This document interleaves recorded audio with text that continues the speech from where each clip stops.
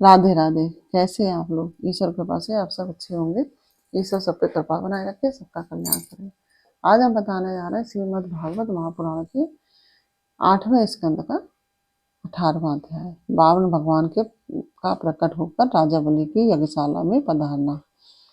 उसके पहले हम कहना चाहेंगे, यदि आपने हमारे चैनल को सब्सक्राइब नहीं किया है तो प्लीज़ हमारे चैनल को सब्सक्राइब कर लीजिए और बेल आइकन बटन अवश्य दबा दीजिए, जिससे कि हमारे आने वाले सारे वीडियोस आपको प्राप्त हो सकें। यदि कथा समझ में आ रही हो तो वीडियो को लाइक शेयर अवश्य कर दीजिए, जिससे कि और भी लोग लाभान्वित हो सकें। चलिए अब चलते हैं कथा की तरफ।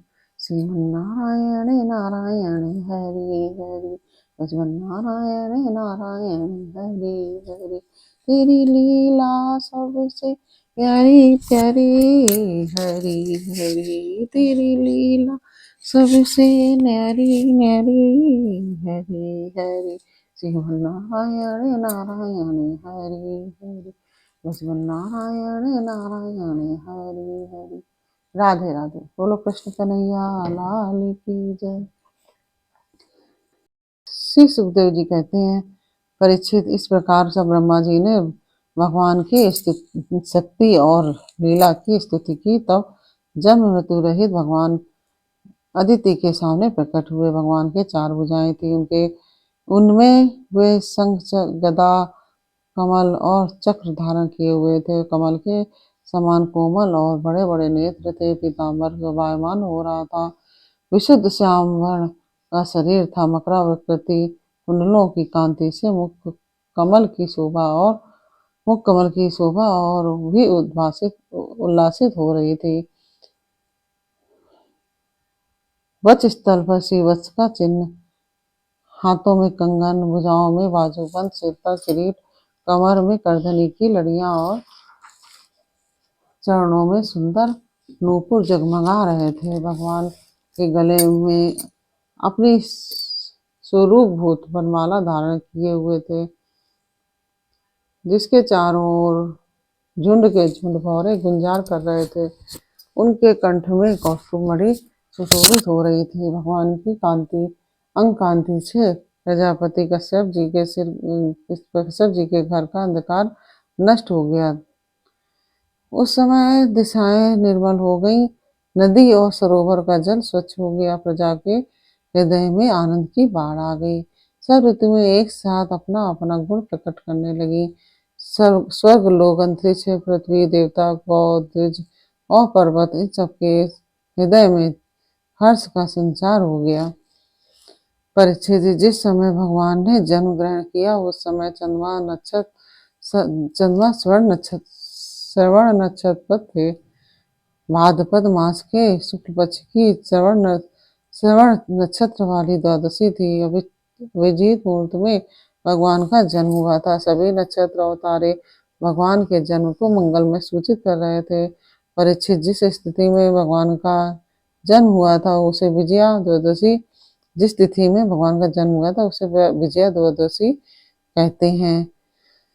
जन्म के समय सूर्य आकाश के मध्य भाग में स्थित थे। भगवान के अवतार के समय शंख, ढोल, मृदंग, डफ और नगाड़े आदि बाजे बजने लगे। इन तरह तरह के बाजों और तुरैयों के तुमुल ध्वनि होने लगी। अप्सराएं प्रसन्न होकर नाचने लगी। श्रेष्ठ गंधर्व गाने लगे।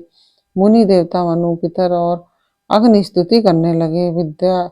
सिद्ध, विद्याधर, किम पुरुष, किन्नर, चारण, यक्ष, राक्षस, पक्षी, मुख नागगण और देवताओं के अनुचर गाने गाने लगे और भूरी भूरी प्रशंसा करने लगे, तथा उन लोगों ने अदिति के आश्रम को पुष्पों की वर्षा से ढक दिया। जब अदिति ने अपने गर्भ से प्रकट हुए परम पुरुष परमात्मा को देखा तो वह अत्यंत आश्चर्यचकित और परम आनंदित हो गई। प्रजापति कश्यप जी भी भगवान को अपनी योग माया से शरीर धारण किए हुए देख विस्मित हो गए और कहने लगे, जय हो परीक्षित। भगवान स्वयं अव्यक्त और चित्त स्वरूप है। उन्होंने जो परम कांति में आभूषण एवं आयुधों से युक्त वह शरीर ग्रहण किया था, उसी शरीर से कश्यप और अदिति के देखते देखते वामन ब्रह्मचारी का रूप धारण वामन ब्रह्मचारी का रूप धारण कर लिया। ठीक वैसे ही जैसे नट अपना वेश बदल ले, क्यों ना हो। भगवान की लीला तो अद्भुत ही है। भगवान को वामन ब्रह्मचारी के रूप में देखकर महर्षियों को बड़ा आनंद हुआ और उन लोगों ने कश्यप प्रजापति को आगे करके उनके जात कर्म संस्कार आदि करवाए। जब उनका उपनयन संस्कार होने लगा तब गायत्री के अधिष्ठात्र देवता स्वयं सविता ने उन्हें गायत्री का उपदेश किया। देवगुरु बृहस्पति जी ने यज्ञोपवीत और कश्यप ने मेखला दी। पृथ्वी ने कृष्ण मृग का चर्म, वन के स्वामी चंद्रमा ने दंड, माता अदिति ने कोपीन और कटी वस्त्र एवं आकाश के अभिमानी देवता ने वामन वेशधारी भगवान को छत्र दिया। परीक्षित अविनाशी प्रभु को ब्रह्मा जी ने कमंडलू, सप्तऋषियों ने कुश और सरस्वती ने रुद्राक्ष की माला समर्पित की। इस रीति से जब वामन भगवान का उपनयन संस्कार हुआ तब यक्षराज कुबेर ने उनको भिक्षा का पात्र और सती शिरोमणि जगत जननी स्वयं भगवती उमा ने भिक्षा दी। इस प्रकार जब सब लोगों ने वटु वेशधारी भगवान का सम्मान किया तब वे परम ऋषियों से घिरी हुई सभा में अपने ब्रह्म तेज के कारण अत्यंत शोभायमान हुए। इसके बाद भगवान ने स्थापित और प्रज्वलित अग्नि को कुशों से परिसमूहन और परिस्तरण करके पूजा की और समिधाओं से हवन किया।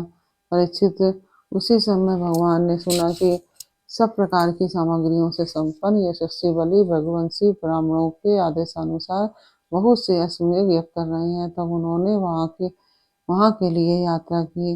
भगवान समस्त शक्तियों से युक्त हैं। उनके चलने के समय उनके बाहर से पृथ्वी पग पग पर झुकने लगी।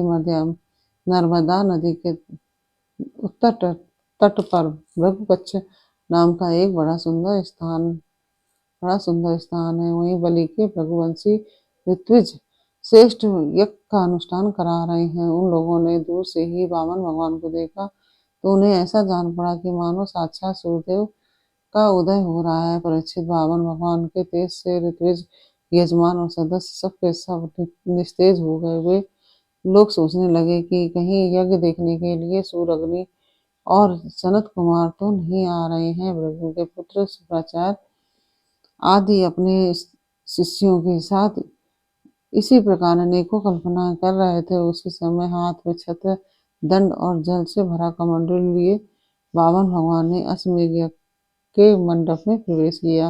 वे कमर में मूंज की मेखला और गले में यज्ञोपवीत धारण किए हुए थे। बगल में मृग चर्म था और सिर पर कचटा थी।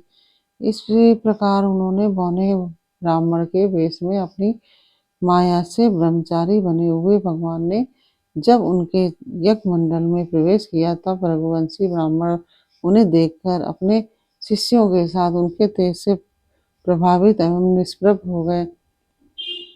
वे सबके सब अग्नियों के साथ उठ खड़े हुए और उन्होंने वामन भगवान का स्वागत सत्कार किया। भगवान के लघु रूप के अनुरूप सारे अंग छोटे छोटे बड़े ही मनोरम और दर्शनीय थे। उन्हें देखकर बलि को बड़ा आनंद हुआ और उन्होंने वामन भगवान को एक उत्तम आसन दिया। फिर स्वागत वाणी से उनका अभिनंदन करके पांव पखारे और संग रहित महापुरुषों को भी अत्यंत मनोहर लगने वाले वामन भगवान की पूजा की। भगवान के चरण कमलों का धोवन परम मंगलमय है, जिससे जीवों के सारे पाप ताप धुल जाते हैं। स्वयं देवादिदेव चंद्रमौली भगवान शंकर ने अत्यंत भक्तिभाव से उसे अपने सिर पर धारण किया था। आज वही चरणामृत धर्म के मर्मज्ञ राजा बलि को प्राप्त हुआ। उन्होंने बड़े प्रेम से उसे अपने मस्तक पर रखा। बलि ने कहा कि ब्राह्मण कुमार, आप भले पधारे, आपको मैं नमस्कार करता हूँ। आज्ञा कीजिए, मैं आपकी क्या सेवा करूँ। और ऐसा जान पड़ता है कि बड़े बड़े ब्रह्म ऋषियों की तपस्या ही स्वयं मूर्तिमान होकर मेरे सामने आई है। आज आप मेरे घर पधारे, इससे मेरे पिता तृप्त हो गए। आज मेरा वंश पवित्र हो गया। आज मेरा यह यज्ञ सफल हो गया। ब्राह्मण कुमार, आपके पांव पखारने से मेरे सारे पाप धुल गए और विधि पूर्वक यज्ञ करने से, अग्नि में आहुति डालने से जो फल मिलता है वह अनायास ही मिल गया। आपके इन नन्हे नन्हे चरणों और इनके धोवन से पृथ्वी पवित्र हो गई। इस ब्राह्मण कुमार, ऐसा जान पड़ता है कि आप कुछ चाहते हैं। परम पूज्य ब्रह्मचारी जी, आप जो चाहते हैं, गाय, सोना, सामग्रियों से सुसज्जित घर, पवित्र अन्न, पीने की वस्तु, विवाह के लिए ब्राह्मण की कन्या, संपत्तियों से भरे हुए गांव, घोड़े, हाथी, रथ, वह सब आप मुझसे मांग लीजिए। अवश्य ही वह सब मुझसे मांग लीजिए। इस प्रकार कहकर कहा बलि ने, और इसके साथ ही 18वां अध्याय पूर्ण हुआ। और ये कहानी कैसी लगी आपको, बावन भगवान की और राजा बलि की, ये हमें अवश्य बताइए। और अच्छी लगी है तो वीडियो को लाइक शेयर अवश्य कीजिए। फिर मिलते हैं आपसे अगले वीडियो में, अगले अध्याय के साथ। तब तक के लिए राधे राधे।